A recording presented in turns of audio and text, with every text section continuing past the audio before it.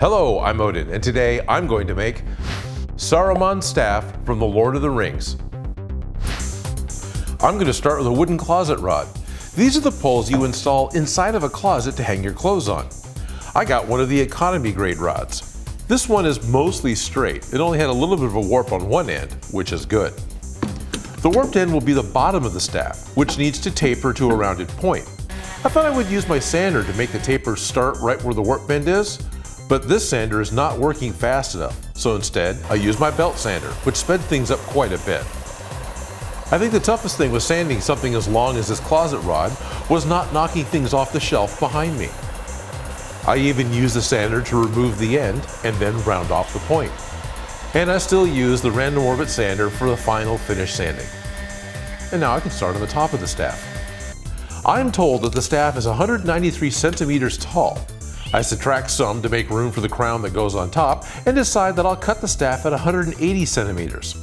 I also make a mark 3 centimeters less than that because I want to make another point on this end, and that's about how tall I want it to be. I make the cut with my bandsaw, and then I sand the point with a disc sander, and I tried to only sand off the 3 centimeters that I had marked. The crown of the staff is made up of 4 major and 4 minor fins, and they are all equally spaced around the staff. I want to mark where they're going to go, but I quickly realized that just measuring them was going to be difficult. 7.5 and a little bit. Huh. Boy, am I doing this the hard way. What a shock that is. I'm doing something the hard way. So instead, I wrapped a strip of paper around the wood, marked and cut it where the ends meet, and then folded the paper over and over until I had 8 equal sections. I then used my new pattern notcher, thanks Evil Ted, to cut a notch at each fold. Then I can just tape the paper back onto the wood and quickly mark all 8 sections. I have a picture of the staff that is printed at 50% of its size, so I can just measure it, double the number, and I know what size things will need to be. I hold the ruler against the table and against the wood so I can draw a straight line. Then I line up my paper pattern and mark the sections again. Connect the dots and I know where the fins will need to go. I could just glue the fins right to the surface of the wood, but I'm afraid that they will easily just snap off.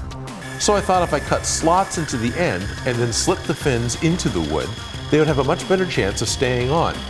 Also, the fins need to hold the opal orb that's at the top, so they need to be kind of sturdy. The cuts are not just the width of the bandsaw blade. I had to work on each one and open it up so it could accommodate the 3mm styrene plastic that I want to use to make my fins. After cutting out all 8 slots, I thought maybe I should have only cut slots for the 4 major fins and then just glued the minor fins to the surface. But I'm committed now. I only have this one piece of wood. Instead of making a pattern for the fins, I just measured my picture, doubled the numbers, and drew one right on the 3mm styrene plastic. And it's important that the orb fit in between the 4 major fins. I plan to paint a wooden goose egg to be my orb. So first, I sanded the egg to be kind of less egg-like, and then I tried to carefully trace the contour of the edge of the orb into a piece of foam core. Now it's important that I get as close as I can get, because with 4 fins, any mistake will be repeated 4 times, and it might get big enough for the orb to just fall out. I can just trace the foam core shape onto the plastic and then finish the fin.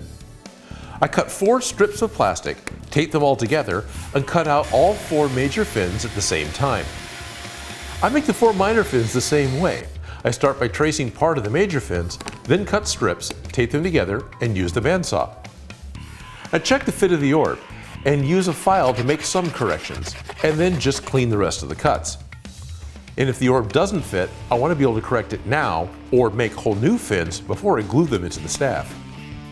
My plan is to use 5-minute epoxy to glue the fins into the wood, and I want to mix up small amounts of epoxy as I don't know how difficult it will be to set the fins, and the epoxy will start to cure and harden in 5 minutes.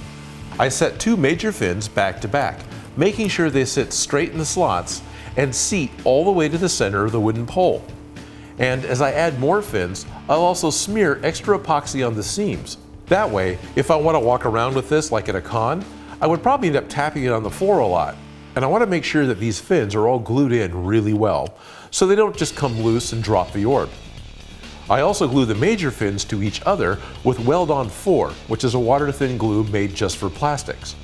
Regular model glue would also work, or even the PVC pipe glue, like what you'd use for lawn sprinklers. I'm happy that the orb sits as well as it does. And I'm not sure that I want to glue in the last fin yet, because I need to paint everything first. I use hot glue to fill all the gaps left from the fins.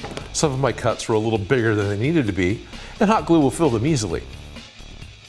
I wanted to know if I could flex the fins just enough to place the orb if all four were glued in now, so I gave it a try. I actually probably could.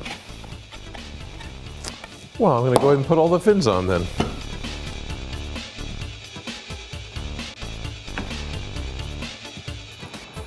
I spray the entire staff with flat black spray paint. Once it's dry, I can lightly dust the staff with some silver just to give it a little more something.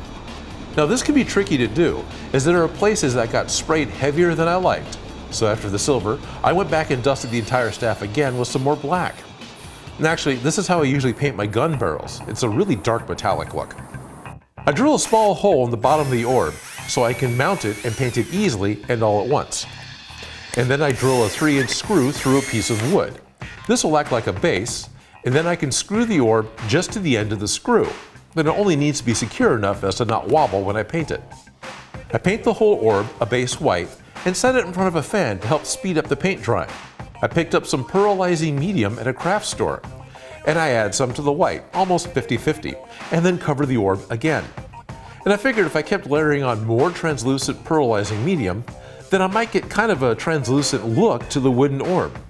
I also mix in some silver and gold paints to create soft layers of color to the opal. And I finished with a couple of coats of just pure pearlizer. Once it was completely dry, I lightly sanded the orb with some 600 grit sandpaper to sand off the brush marks and really get it smooth. Then I added a few coats of gloss sealer to make it shine. With both parts painted, I placed the orb in the staff and sparingly used some clear glue to hold it in place. Then I double checked my length. Oh, it's way over. 12 centimeters over. Oops, sorry about that. I can cut some off the end, make this the right height.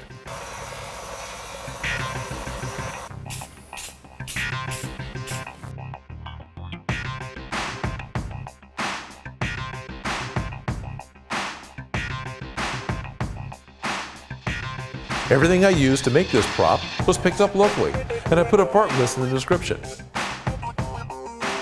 Now I know a lot of you probably want to complain about the hot glue seams that are visible in the top here, but you know what? If you go and look at the actual prop from the movie, you'll see that they actually put some big welds in here. And I think that was on purpose because, Saruman did represent the coming of the Industrial Revolution, right? I mean, in the terms of metaphors in the book.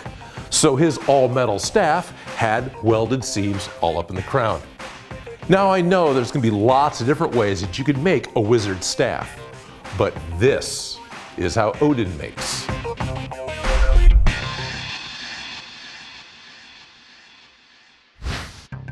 I have a Patreon page where you can win props that were made right here in the show, and it's the only place where I'll talk about my upcoming builds.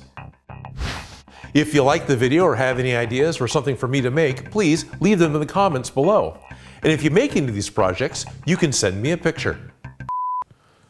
Ever feel like you forgot to use something?